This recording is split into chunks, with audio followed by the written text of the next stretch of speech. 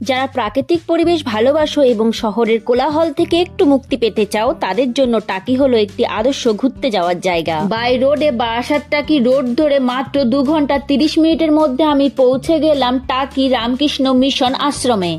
তারপর দেখে নিলাম 400 বছরেরও পুরনো কুলেশ্বরী কালীবাড়ি। হাসনাবাদে টাকির এই কুলেশ্বরী কালী মন্দিরে পুজো দেখতে আজও ভিড় করেন অনেক ভক্তরা।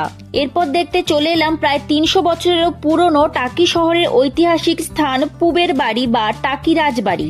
এরপর চলে গেলাম ইছামতি নদীতে 100 টাকার বিনিময়ে নৌকা ভ্রমণ করে ভারত বাংলাদেশের বর্ডার দেখতে, যেটা কিনা অপূর্ব সুন্দর ছিল।